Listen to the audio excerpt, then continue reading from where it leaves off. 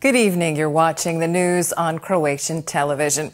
Leading Croatian entrepreneurs were gathered today for an annual meeting organized by the Croatian Employers Association. President Kolinda Grabar-Kitarović and Prime Minister Plenković both addressed the conference. The president again called out the government for failing to properly address economic issues. The president of the Employers Association, Gordana Deranja, also said Croatia could and should do better. We started off in a much better position than most transition countries that are now ahead of us. The differences between us and them are the often mentioned reforms, which we've yet to see. We talk a lot about reforms, repeatedly making pronouncements and then going back on our word. All the while, other countries are implementing them. Studies that point to certain problems are repeatedly dismissed as efforts to spread pessimism. This kind of logic leads to blame being placed on those who point out problems and want to propose solutions. A large part of the population is being silenced and degraded. There is something very wrong with this approach. Responding to the president's remarks, Prime Minister Andrej Plenković said Croatia had fought a war and that this must always be taken into account when making comparisons with other transition economies. The president gave her own speech. I was focused on conveying what's being done by the government, which has the greatest responsibility when it comes to economic policy. As we heard on one of the panels today, all of the policies we have implemented over the past 20 months appear to be taking us in the right direction. From the tax breaks, efforts to create a better business climate, economic growth to job creation.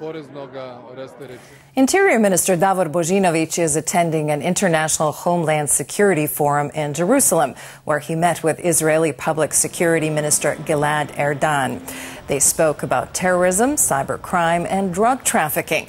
The two countries are planning a cooperation memorandum and a visit by Israel's minister to Croatia.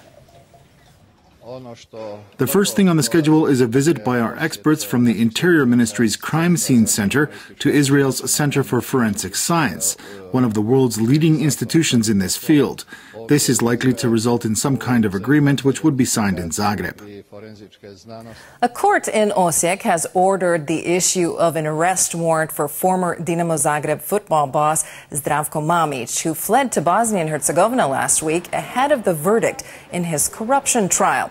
Mamić has dual citizenship and neighboring Bosnia and Herzegovina may not want to extradite him. Mamić has received a 6.5-year sentence for siphoning off millions of euros in transfer fees from Dinamo and failing to pay taxes. Wildfires are always an issue during the summer season, and Croatia's firefighters are getting ready. They're planning to deploy more than 1,100 professional firefighters to the coast and keep another 5,000 volunteer firemen on standby. The military is also ready to help if needed. All firefighting operations will be coordinated from an HQ in Divulje.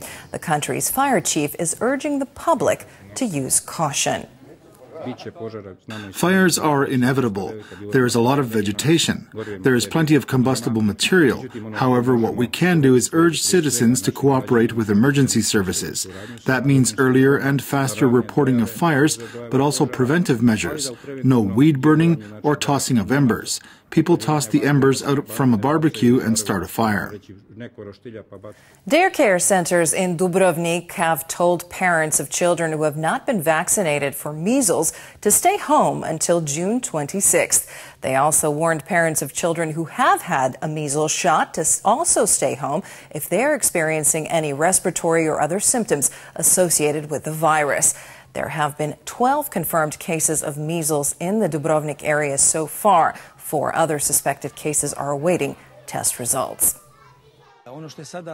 What's really important right now to prevent the further spread of measles is vaccination. We know that the vaccination rate in our area is quite low, and that really helps the virus spread. Vaccination is the most effective method of combating the spread of measles. We are urging all parents, foster parents, and caretakers to vaccinate every child that can be immunized. We're also urging all healthcare workers who are not protected to get the vaccine. In sports, Croatia's national football team is practicing at their World Cup training camp in Roštilj, northwest of St. Petersburg. The team held its first opening training session at Roštilj Arena last night. The players say they are focused and motivated for their opening game against Nigeria on Sunday. The Nigerians are quick, and it's a different kind of game than we play in Europe. It's going to be tough. The first game always is, but we are here to get ready and meet the challenge.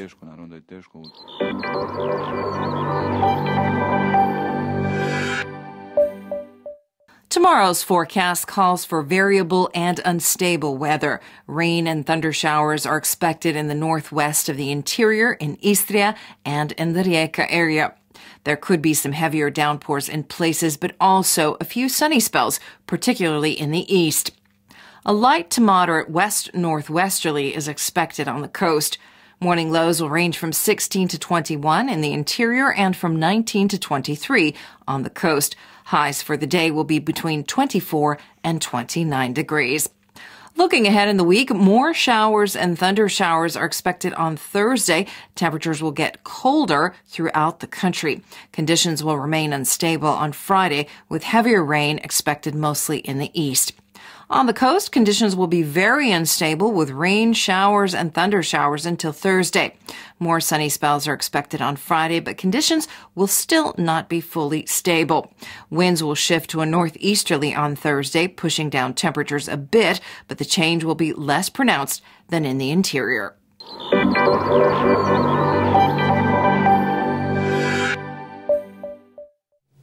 And that brings us to the end of the news. Thanks for joining us. We'll see you again tomorrow.